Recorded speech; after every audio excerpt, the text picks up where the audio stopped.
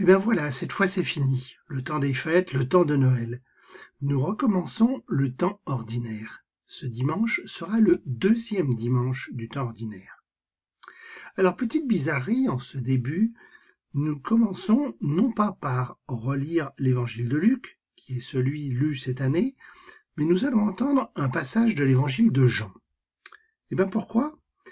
Tout simplement parce que Jean est le seul évangéliste qui ne parle pas du baptême de Jésus, dont il a été question dimanche dernier. Il raconte un autre épisode qui lui aussi va nous révéler qui est Jésus. Écoute. En ce temps-là, il y eut un mariage à Cana de Galilée. La mère de Jésus était là. Jésus aussi avait été invité au mariage avec ses disciples. Or, on manqua de vin. La mère de Jésus lui dit, « Ils n'ont pas de vin. » Jésus lui répondit, « Femme, que me veux-tu? Mon heure n'est pas encore venue. » Sa mère dit à ceux qui le servaient, « Tout ce qu'il vous dira, faites-le. » Alors tu as bien écouté? L'épisode se passe à Cana, un petit village qui est à quelques kilomètres de Nazareth. On est donc toujours en Galilée, le pays où Jésus a vécu toute son enfance avec ses parents. Dans la tradition du Moyen-Orient, un mariage, c'est une très grande fête, c'est très important. Très probablement, tout le village est invité. Il doit y avoir beaucoup de monde, peut-être des dizaines de personnes, peut-être une cinquantaine, une soixantaine de personnes. Et le problème, c'est qu'il n'y a pas de vin.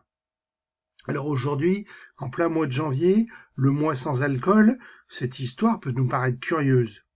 Mais il faut se rappeler qu'à l'époque de Jésus, d'abord le vin était beaucoup moins chargé en alcool que les vins que nous connaissons aujourd'hui, et en plus, le vin, c'est le signe de la fête.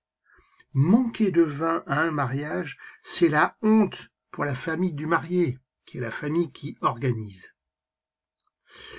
Alors je sais pas toi, mais le dialogue entre Jésus et sa mère peut nous paraître curieux.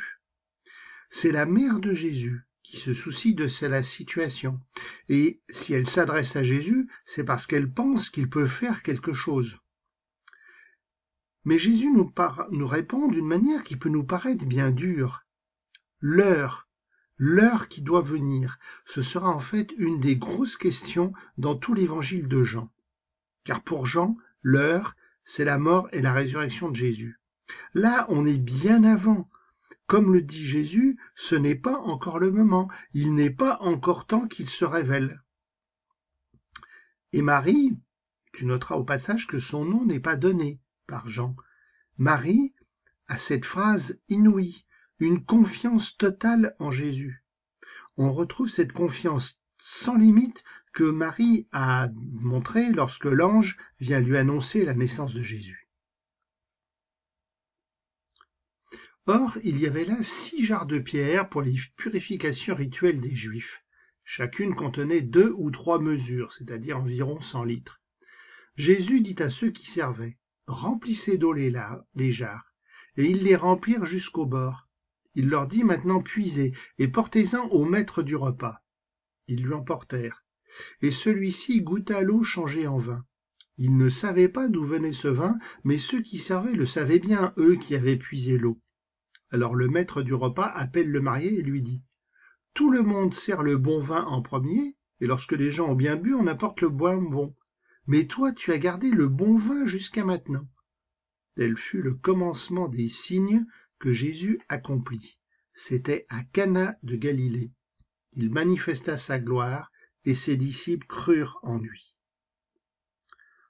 Alors si tu as bien suivi, on se rend compte que ce que Marie a dit aux serviteurs se passe bien. Ils font ce que Jésus dit. Remplir les jarres avec de l'eau, puiser pour distribuer. Au passage, on se demande bien en quoi cela va résoudre le problème de l'absence de vin. La résolution, c'est que l'eau des jarres est changée en vin. On ne sait pas trop comment. Et en plus, ce n'est pas n'importe lequel, mais c'est du vin d'excellente qualité, du vin meilleur que celui qui avait été servi jusqu'à présent. Alors si on reprend, 6 jarres qui contiennent chacune 100 litres, ça fait 600 litres de vin à disposition pour le repas de mariage. Eh ben dis donc, quand Jésus intervient, ça n'est pas pour rien. C'est avec toute l'abondance qui caractérise bien évidemment les dons de Dieu. Car bien sûr, cette histoire de vin, c'est une révélation sur Jésus. Jean parle toujours de signe. Il n'emploie jamais le mot miracle. Et c'est peut-être bien plus juste, car ce que Jésus accomplit, ce que Jésus fait, est signe de l'action de Dieu pour nous les hommes. Cette histoire de mariage, de vin, elle n'est pas innocente.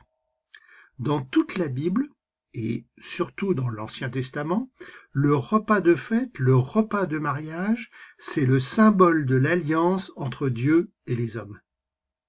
En permettant que le repas dispose du vin de la fête, Jésus est donc signe de cette alliance entre Dieu et les hommes. C'est par lui que nous est donnée la joie, l'amour, la fête. Et d'ailleurs, si tu as fait attention, nous le disons à chaque messe. Juste avant la communion, le prêtre montre à tous l'hostie qu'il a cassée en morceaux, c'est le signe du pain que Jésus partage, et en même temps le prêtre dit « Heureux les invités au repas des noces de l'agneau ». Alors qu'attendons-nous pour accueillir dans nos vies cette joie de la fête en Jésus? Jésus, tu invites tous les hommes au repas de fête, mais il m'arrive de ne pas écouter ton invitation. Est-ce que je suis prêt à entendre Marie me dire « Fais tout ce qu'il te dit » ? Est-ce que j'accepte que tu me rejoignes dans tous les moments de fête, mais aussi dans les moments plus difficiles de ma vie? Est-ce que je crois en toi, comme tes disciples? Jésus, ouvre mon cœur à la joie, au bonheur du repas de fête avec toi. Amen.